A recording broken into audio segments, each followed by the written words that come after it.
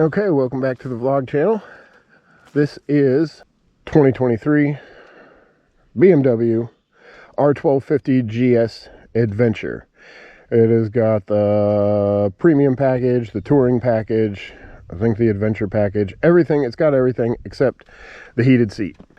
They didn't have one with the heated seat. Not that I really cared about that, so went with the adventure package, or went with the R1250 GS Adventure to replace the Africa Twin.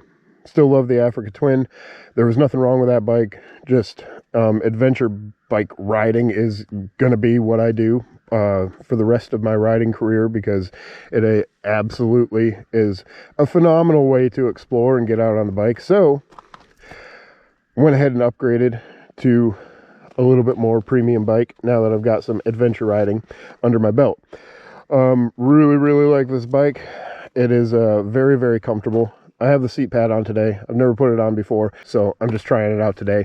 Not something that I feel like is a necessity on this bike, because it is pretty dang comfortable. But if you got some gel, you might as well gel.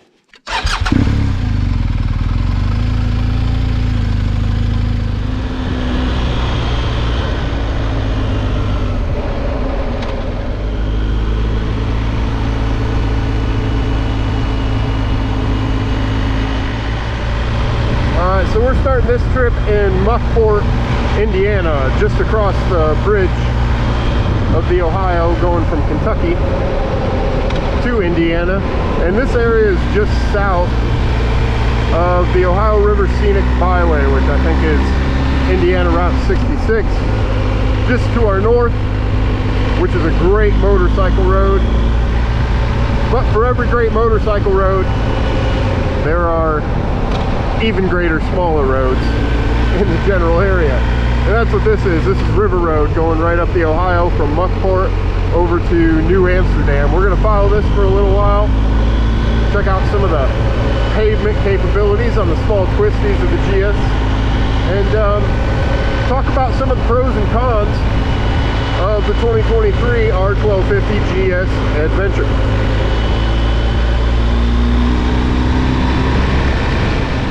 2021 I bought a old school Africa Twin, not old school, but the 2017 version, not the original 80s version.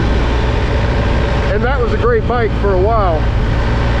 It taught me a few things. Number one, that adventure riding is exactly what I'm looking for, because I like to get out into remote areas and explore fire service roads and do some gravel hunting and that kind of thing, and kind of get off the beaten trail, so to speak, and see a little bit more. Not really interested in the super technical single track type riding, but I do like to get into the gravel and the forest roads and do those kind of things that take you out to the scenic vistas and some of the more remote spots that you probably could make it to on a regular bike, but the adventure bike is absolutely designed for it, and in my opinion, it's just the best way to get there.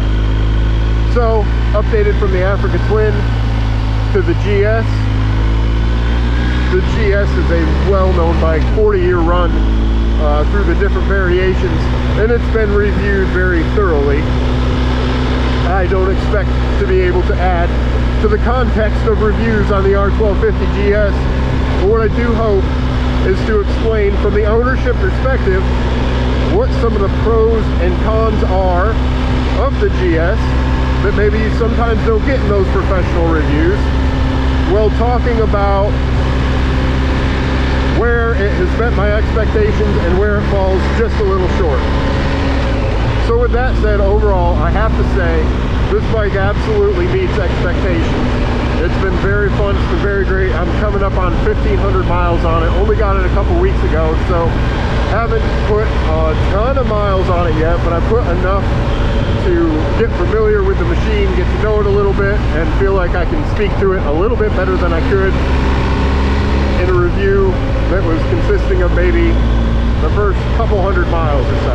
It takes a little time to get familiar with a new bike, especially after spending so much time on the Africa Twin and really getting comfortable with that bike. So obviously, much different flavor.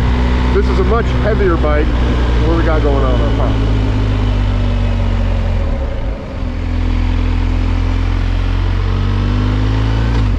Just a little wood gathering. All right, anyway, so obviously much different flavor of bike.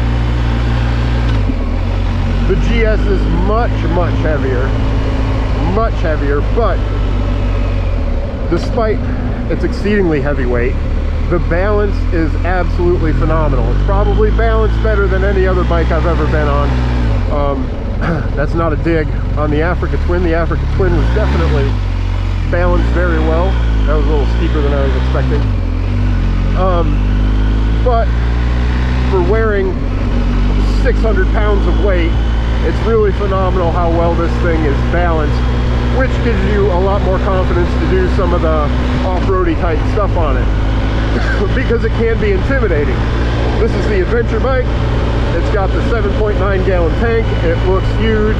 Its profile is very big.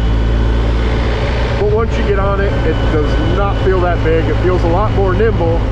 And because of the characteristics of the engine and the shift cam, the shift cam technology that BMW is using, it's a very easy bike to ride.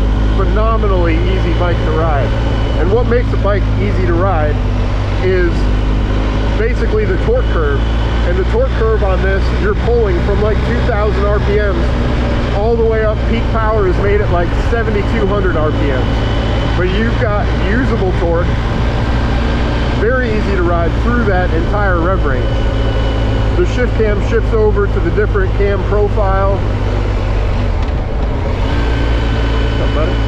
at or about 5,000 RPM. So it feels like when you get close to that 5,000 RPM mark, you are coming to the wall of power, and you're absolutely not. The shift cams switch over, and then you start getting into peak power. It's a really weird sensation to get used to.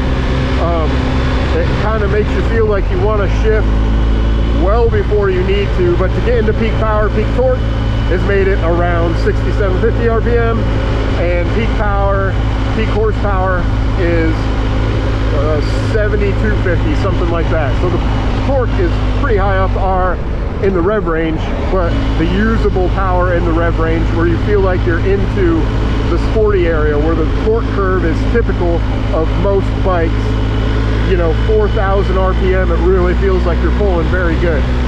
So that broad power is what I would call the first pro of this machine, because it really makes this bike approachable and easy to ride. And that's one of the things that I really like about it. Torque for days. I mean, it's like 105.6 Newton meters of torque and 136 horsepower at peak power. So it's got a lot.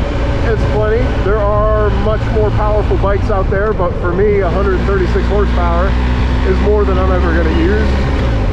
And it makes it very capable of like 2-up riding and loaded down with gear riding and all that kind of thing. This is a popular road today. Everybody getting out and enjoying the sun. Usually a little bit more remote back here. So anyway, power is definitely my first pro. I really enjoy the power on this bike. I mean, you can lug this down probably below 2,000 RPMs if you really want to, and then you can run it up to 9,000 RPMs. So very cool. More folks. Crazy, man. Everybody's out enjoying the nice day. But what that also does, besides making it easy to ride on the road, it makes it very easy to ride off-road. You put it in second gear, you can lug it down to very low speeds, or you can run up to 50, 60 miles an hour if you really wanted to. So that's just one of the things that contribute to the easier riding nature that the GS has, despite its heavy weight.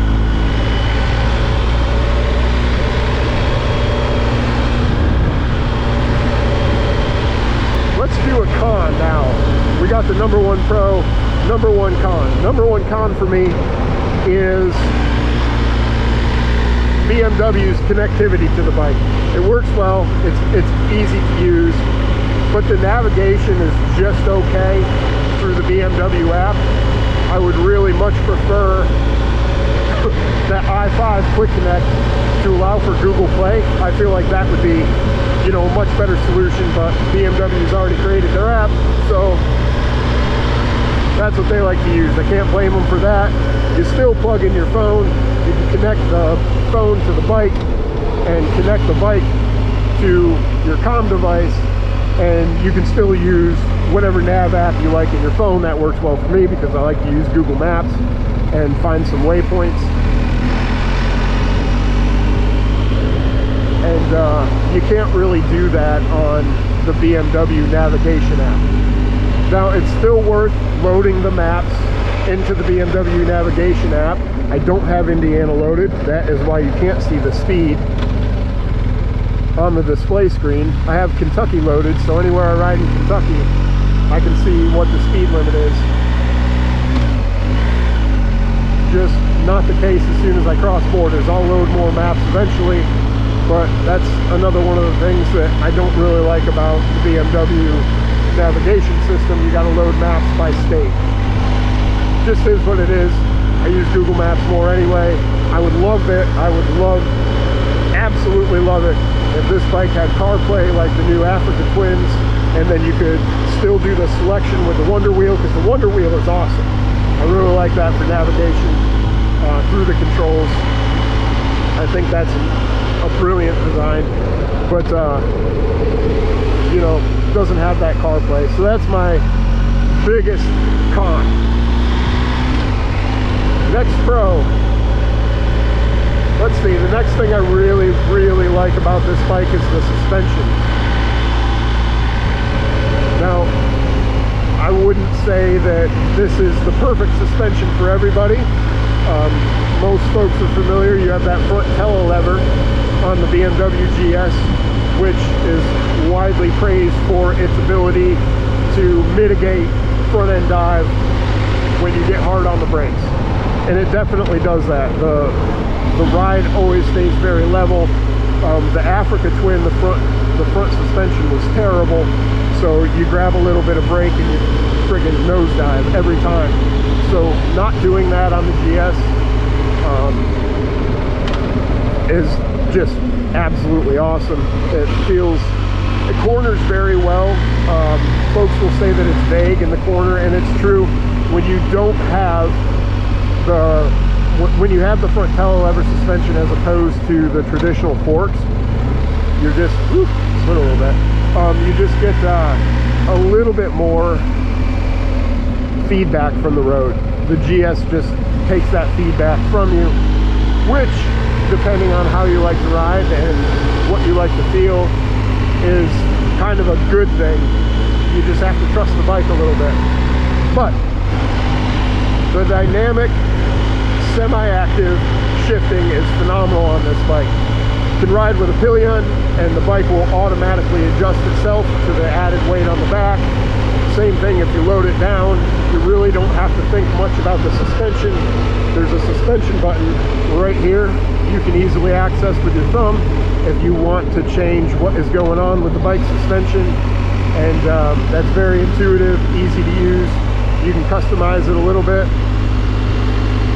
but the suspension is the semi-active suspension is definitely something that I really like on the GS. I think it works well.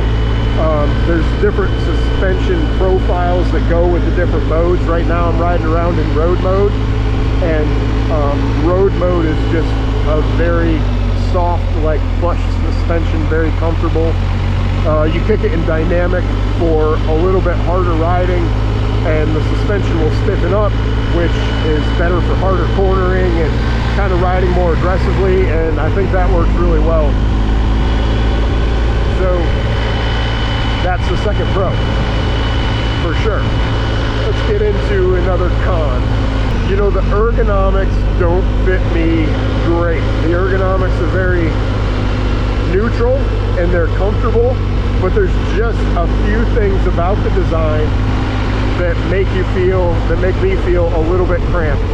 The pegs are a little bit further back than I would like. I'd like them to be maybe an inch further forward, maybe. And the problem with where they are, this comes with a center stand, and whenever I stand up, I hit my heel on that center stand, which is just, it doesn't really interfere with anything. It's just kind of annoying. And I'll pull over here to show you what I mean. Okay, so here's the center stand. My heel comes off, and it just feels like if I'm on the ball of my feet, like that. Can you see that? Ball of my feet. I'm nailing the center stand with my heel. I wouldn't change it. I don't think there's anything you could do to change it. You know, if the pegs came up a little bit, it would kind of change everything, and then it might be an issue. Shift lever to the side stand, but I'm okay with it. It's just not something that I'm super crazy about is all. All right, welcome back to Current Time. Let's see, we are on a Pro now. We've done the power, we've done the suspension, we've done a couple of cons. What else do we like about the bike?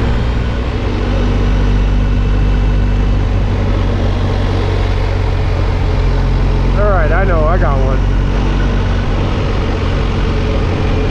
I like that the front tire is not 21 inches. Well, let me explain, because everybody will tell you, oh, on an adventure bike you need to have a 21-inch front tire. Let's go down this way.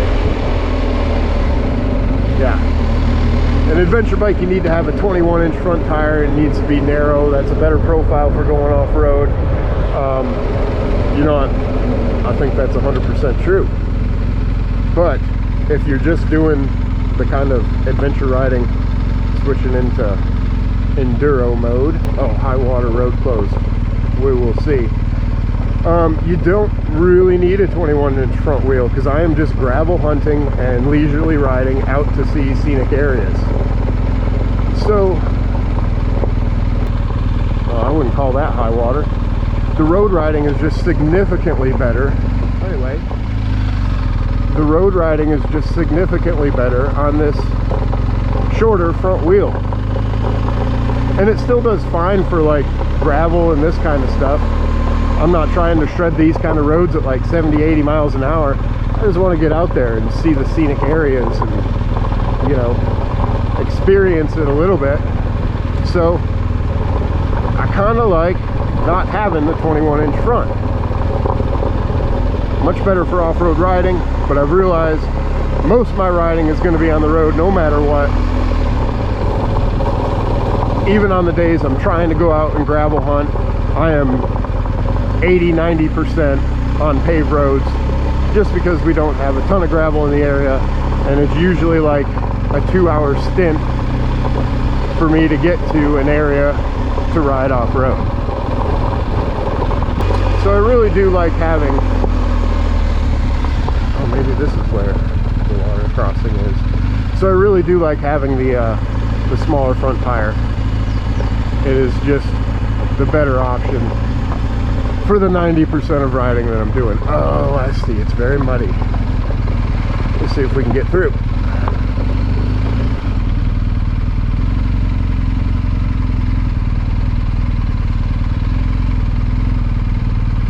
I think we can do this.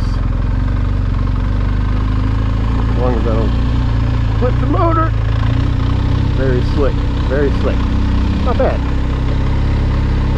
It was a little soft, probably more than slick, but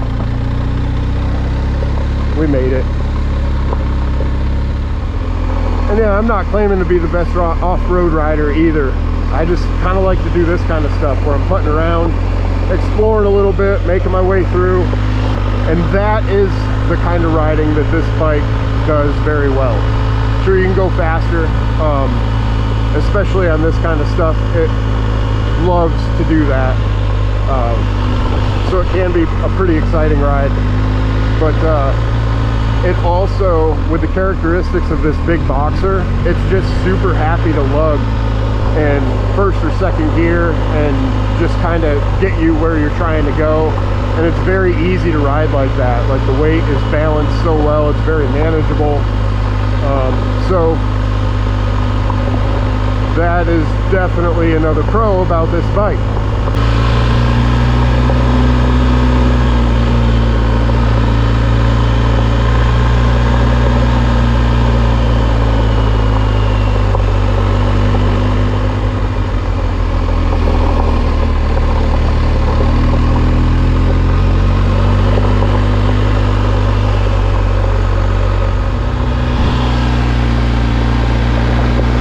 So another pro,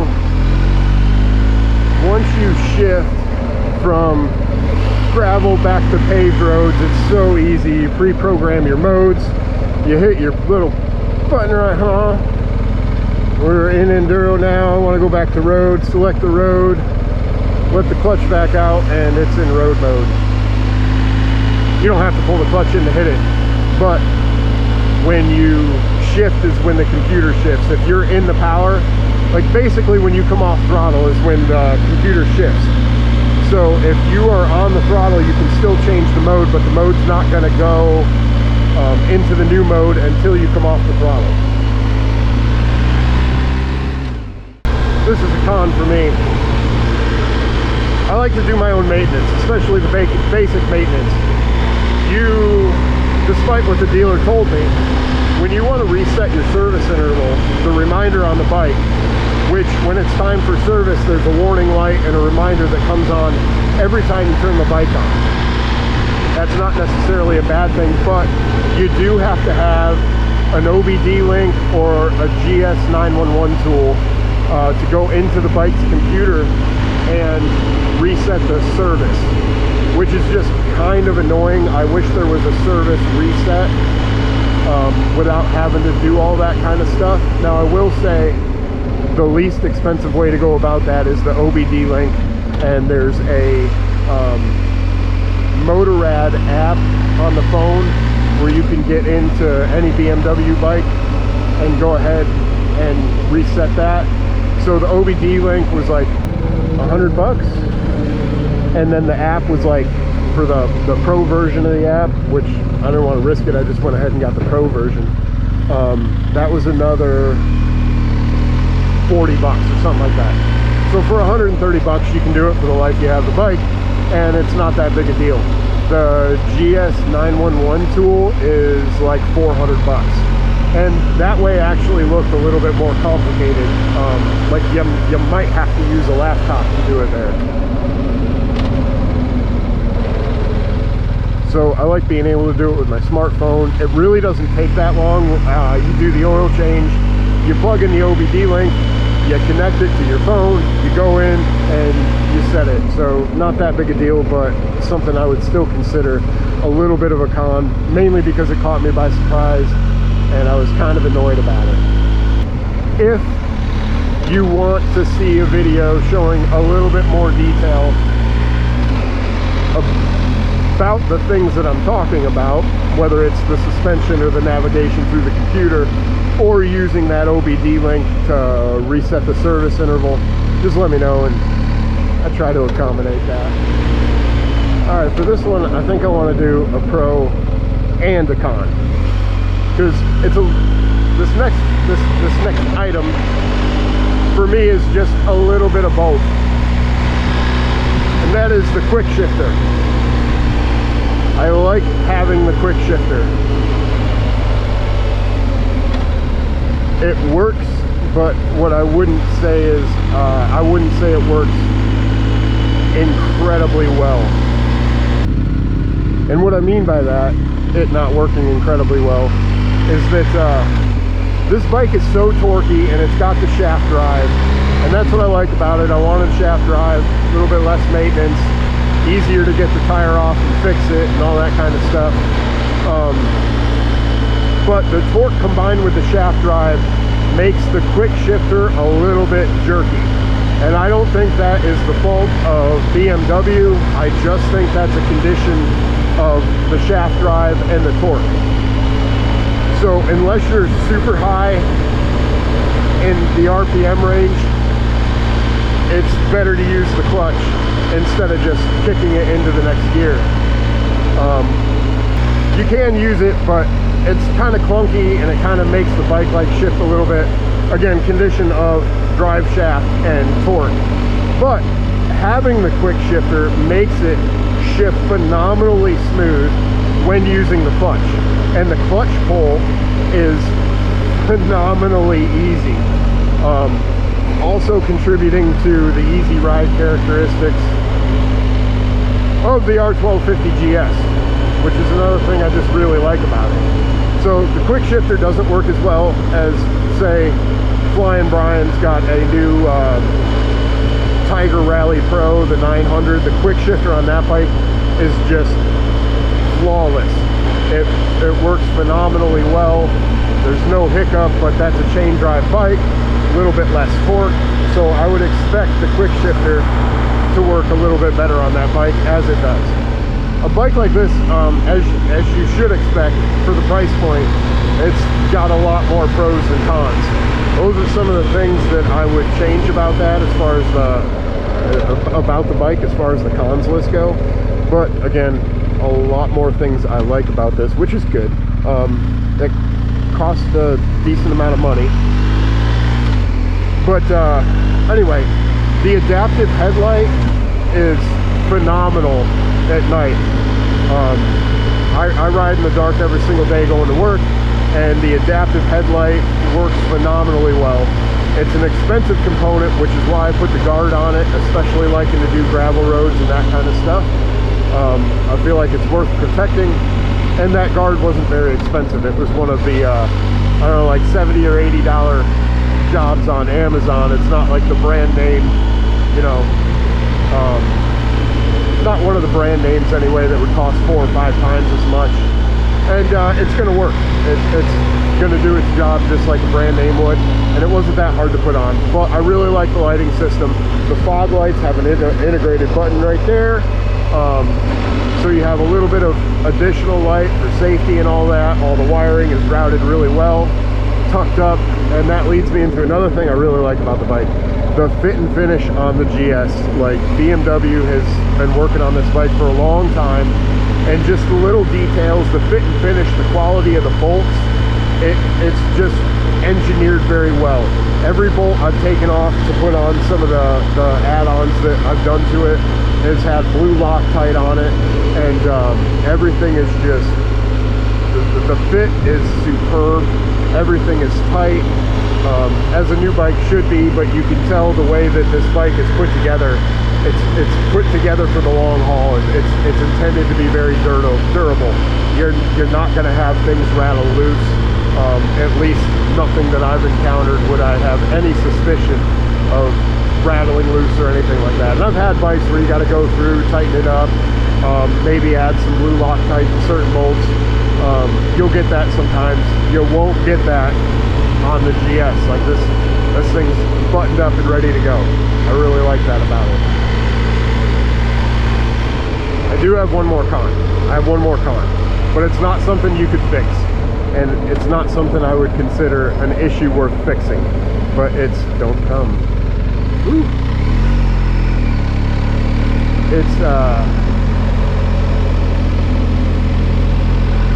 It's something worth talking about, because if you're looking into getting a GS and you haven't ridden one, you may want to know about this for nothing else than situational awareness. And that is the boxer that hangs out super wide. Phenomenal motor, part of the reason why I wanted to get this bike. Love the characteristics of it, love the power delivery of it. Makes the bike just super fun to ride. But it sticks way out, and it's kind of in the way. Like if you go to put your foot down on the trail or something, you're gonna kick your shins on it. Good idea to have boots that come up well over your shin, because you will kick the thing. Even pushing it around, like I was washing it the other day and just pushing it, kicked my shin up against it, and was like, you gotta be kidding me. Because that hurts and it sucks. But it's really not something I would change. I like the characteristics. I know that this I know the profile of this motor with the opposing cylinders contributes significantly to the weight, feel, and balance of this bike. There's just no way that it can't be a contributing factor to that balance. So I wouldn't change it. It's just a trade-off. But I would want you to be aware, if you're considering grabbing one of these, just watch your shins, check yourself, because you'll end up with some bloody socks occasionally if you don't have boots coming up your shins. Just the way it's going to be, I suppose. Another thing I really like about this adjustable windscreen. Let's see, put it all the way down. It's got quite a bit of adjustment. You put it down, it's like a rally type, very low. I'm getting a lot of wind in the face right now, so on a hot day or going off-road, your visibility is definitely going to be much better.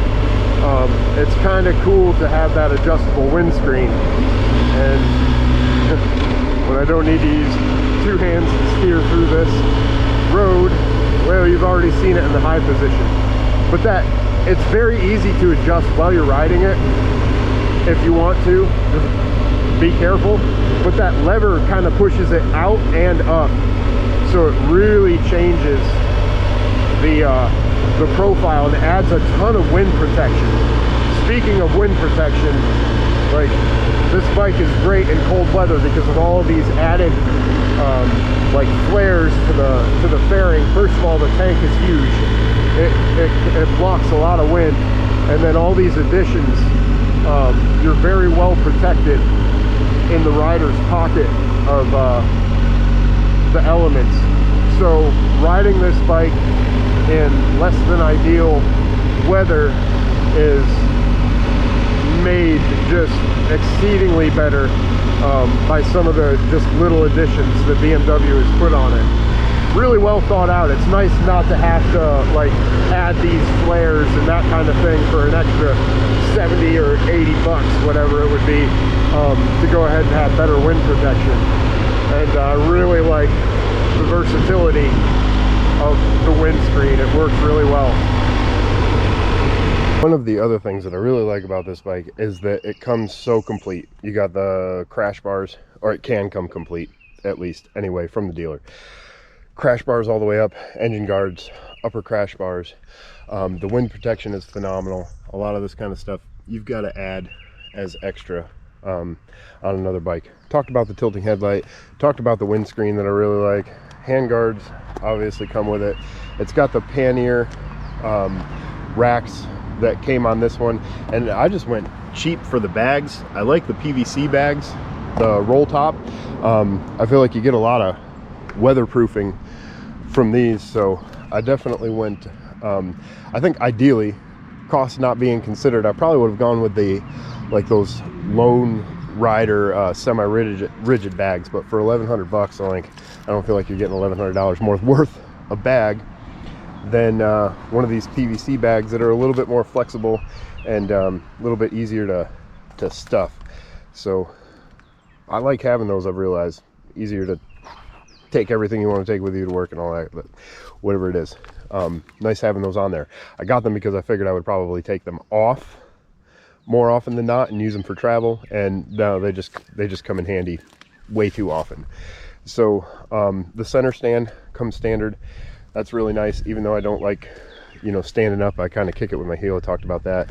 I did put a sissy bar on here because I like to ride two up, take the wife along, and she prefers to have that added security of having the sissy bar on there. So and it's in the ram mount. Kind of cool. They make a replacement bolt directly into the bolt that kind of holds on your mirror attachment, and you just put the ram mount in there. Kind of puts it like right up in your face, so it's easy to read. Probably not the best for making videos, but kind of convenient. And then just like a screen protector. That's the only thing I've had to put on it, and I feel like it's pretty well complete. So I like that it comes with all that stuff, a little bit of additions here and there, and you're ready to roll. It doesn't need anything else. So Definitely like that about it, as opposed to adding all the crash protection and the pannier racks and all that kind of stuff can add up. So yes, it's an expensive bike, but when you factor in how much you're getting, kind of makes it more approachable when you don't have to buy a bike and then put 2-3 grand into all the other extras too. So something to consider. All right, so all things considered, all pros and cons considered, I really do like this bike. It definitely looks intimidating in size. It is not intimidating at all once you get on and you get the weight, feel, and balance of the bike is very good. Definitely a significant upgrade from my 2017 Africa Twin. Really like the drive shaft, love the characteristics of the motor. On road, this bike is phenomenal, which is really part of the reason why I wanted to upgrade. I do a lot more road riding just by the nature of where we live. There's more opportunity for road riding than there is adventure trails. And even when I'm going out gravel hunting, typically a 2-hour ride to get there. So it's going to spend a lot more time on the road. Might as well have a phenomenal road bike that is capable of doing some of the more off-road stuff that I don't get to do as often, but still like to do. I think the GS is perfect for that. A lot of people never take these bikes off-road, and I can see why. It's a phenomenal road bike. You could still absolutely live with this bike forever if you had never had any off-road or gravel intentions. So that's kind of how I feel about the 2023 R1250 GS Adventure. Phenomenal bike. Love everything about it. Totally understand why these are some of the top selling bikes around the world. Kind of confused why they're not more popular in the United States. I don't know, you just don't see a whole lot of them in the United States. You see some. You always buy a bike and then you see like more of them out and about and you're like, oh yeah, some people do own it. But I would say that Harley Davidson still outrank everybody here 10-1. But love the GS. Perfect for me, perfect for the way I like to ride. More road heavy, occasional gravel. I think it's going to be a good bike for a long time. You have any questions, hit me up in the comments. We'll continue to do adventure type videos, gravel hunting in and around Kentucky. So if you're in the area, hit us up, let you know if you like what we're doing, and it's actually meaningful, and we'll keep doing it. Appreciate you. See you next time.